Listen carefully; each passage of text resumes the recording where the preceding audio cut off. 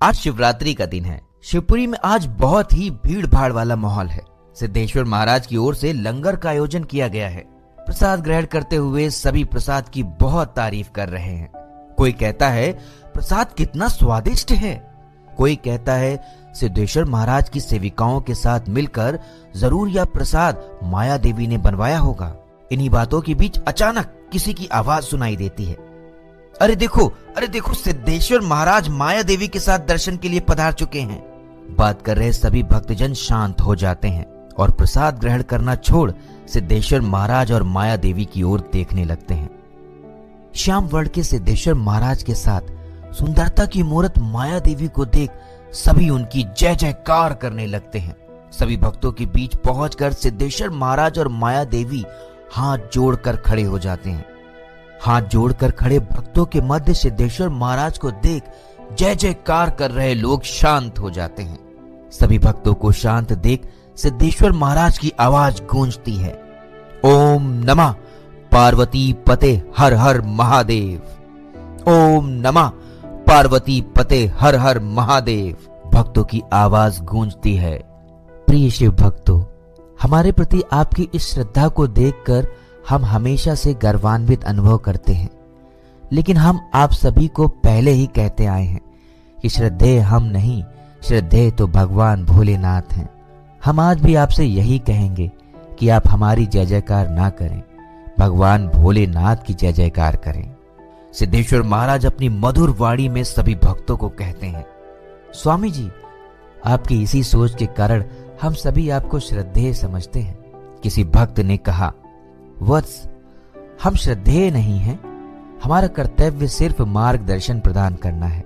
सिद्धेश्वर महाराज ने कहा, हमारा कर्तव्य सिर्फ मार्गदर्शन प्रदान करना है। सिद्धेश्वर महाराज ने कहा, हम सभी भक्तों से विनती करते हैं कि सभी जल्दी जल्दी प्रसाद ग्रहण करें। आरती का शुभ मुहूर्त बीता जा रहा है। माया देवी ने वार्तालाप खत्म करने की इच्छा से कहा। यह कहकर सिद्धेश्वर महाराज के साथ माया देवी वहां से जाने लगती हैं।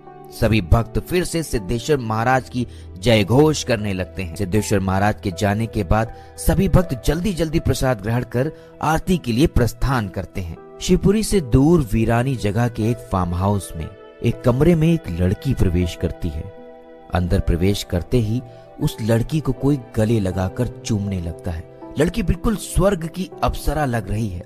सुंदर चेहरा, लंबे बाल, होठों पर लिपस्टिक और लाल कलर की टाइट ड्रेस का तो कहना ही क्या। लाल कलर की टाइट ड्रेस में उसके उभरे हुए वक्ष साफ साफ नजर आ रहे हैं। फिलहाल आदमी उस लड़की की पतली कमर को पकड़ के अपने गले लगाए होठों को चूमे जा रहा है। आदमी को रोकते हुए लड़की कहती है, रुक जाओ डार्लिंग, आज मैं सिर्फ तुम्हारी हूँ, सिर्फ तुम्हारी हूँ। नहीं डार्लिंग, आज नहीं रुकूंगा। क्या तुम मुझे बता सकती हो हम कितने समय बाद मिले हैं?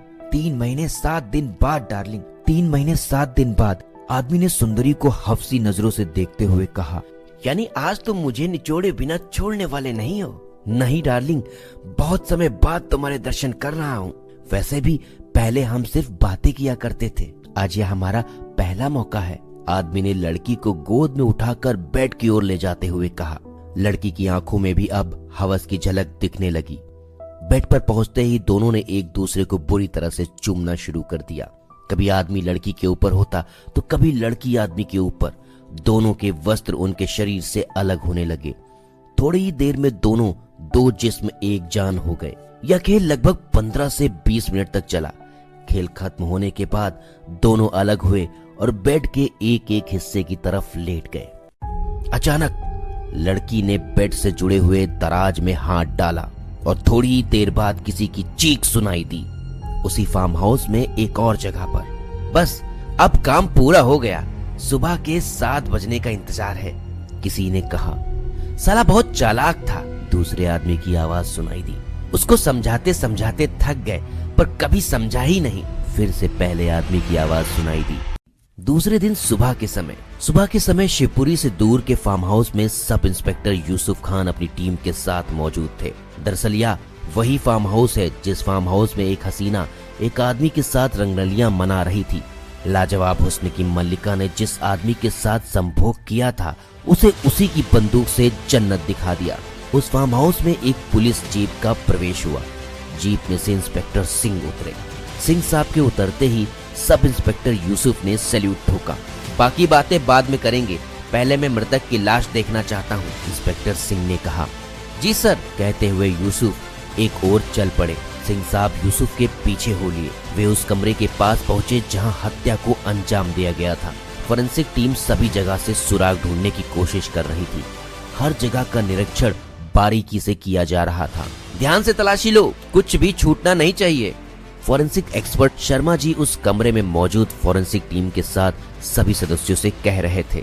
फोरेंसिक एक्सपर्ट शर्मा जी को अपनी बात खत्म करते ही सब इंस्पेक्टर यूसुफ और सिंह साहब आते दिखे। वह साइड में रखे एक छोटे से कागज के टुकड़े की ओर बढ़ चले। अपने हाथ में रुमाल रखने के बाद उस रुमाल के माध्यम से वह उस छोटे से कागज के टुकड़े को उठाकर सब इंस्पेक्टर यूसुफ और सिंह साहब की ओर बढ़ चले। सर, एक कागज मिला है, इस कागज पर खून से किल लिखा है। फोरेंसिक एक्सपर्ट शर्मा जी ने सब इंस्पेक्टर यूसुफ और सिंह साहब के पास पहुंचते ही कहा। तभी फोरेंसिक टीम के किसी सदस्य ने एक रिवॉल्वर लाकर शर्मा जी के हाथों में समर्पित किया। क्या यह वही रिवॉल्वर है जिसे हत्या को अंजाम दिया गया है? सिंह साहब ने पूछा। हाँ सर, फोरेंसिक टीम के उस सदस्य ने कहा। सिंह साहब ने कमरे में प्रवेश कर बेड का निरीक्षण करना शुरू किया। मैं उस जगह को भी देखना चाहता हूँ जहाँ रिवॉल्वर रखा जाता था, सिंह साहब ने कुछ सोचते हुए कहा। जी सर, कहते हुए सब इंस्पेक्टर यूसुफ उस कमरे में रखे बेड की ओर बढ़ चले। उस बेड के पास पहुंचते ही सब इंस्पेक्टर यूसुफ उस बेड के साथ जुड़े हुए एक कबर्ड के छोटे दरवाजे को खोलने की कोशिश करने लगे, पर वह दरवाजा उनसे खुल ही नहीं रहा था। पिछली बार भी यह दरवाजा तुमसे नहीं खुला था ना? सब इंस्पेक्टर यूसुफ ने कांस्टेबल की ओर देखते हुए पूछा।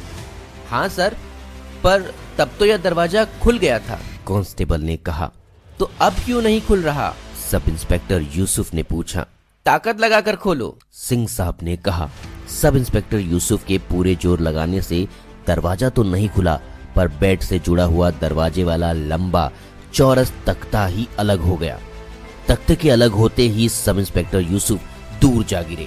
एक कांस्टेबल ने सब इंस्पेक्टर यूसुफ को उठाने में मदद की। तख्ते के उकड़ते ही उस कमरे में खड़े सभी लोग पूरी तरह चौंक गए। उन्होंने देखा कि एक चारपाई वाला बेड है। लकड़ी का तख्ता उस बेड से ऐसे जुड़ा हुआ था जैसे वह उस बेड का ही हिस्सा हो। ज्यादा चौंकने वाली बात तो यह थी कि वहां एक अंडरग्राउंड सीढ़ी भी मौजूद थी। उस सीढ़ी के पास एक छोटा सा खुला बॉक्स पड़ा था। वह देखिए सर, उसी बॉक्स में रिवॉल्वर रखा था, एक कांस्टेबल ने बेड के नीचे सीढ़ी के पास पड़े उस बॉक्स की ओर इशारा करते हुए कहा। उस बॉक्स को फोरेंसिक टीम के सदस्यों ने अपने कब्जे में ले लिया। इंस्पेक्टर सिंह ने 4 कांस्टेबलों को सीढ़ी के नीचे तलाश करने के लिए कहा और स्वयं लाश का निरीक्षण करने चल पड़े। उन्होंने जहां लाश को रखा गया था वहां पर पहुंचकर देखा कि 2 गोली मृतक के सीने में मारी गई थीं और 1 गोली उसके गुप्तांग में। फोरेंसिक एक्सपर्ट शर्मा और सब इंस्पेक्टर यूसुफ सिंह साहब के साथ मौजूद थे। इसके बारे में क्या पता चला? सिंह साहब ने पूछा। सर, इसका नाम अजय व्यास है। यह कुछ महीने पहले सिद्धेश्वर महाराज जी की सेवा किया करता था। यह फार्म हाउस इसी का है, सब इंस्पेक्टर यूसुफ ने कहा। इसके मोबाइल की कॉल रिकॉर्डिंग निकालने के लिए क्या तुमने फोन थाने में भेज दिया है? इंस्पेक्टर सिंह साहब ने पूछा। डिटेल्स निकालने के लिए फोन थाने भेज दिया गया है, सब इंस्पेक्टर यूसुफ ने कहा। इंस्पेक्टर सिंह और सब इंस्पेक्टर यूसुफ अभी बात कर ही रहे थे कि तभी धम करती हुई एक धमाके की आवाज सुनाई दी। जहां से धमाके की आवाज सुनाई दी थी, दोनों उस तरफ दौड़ पड़े।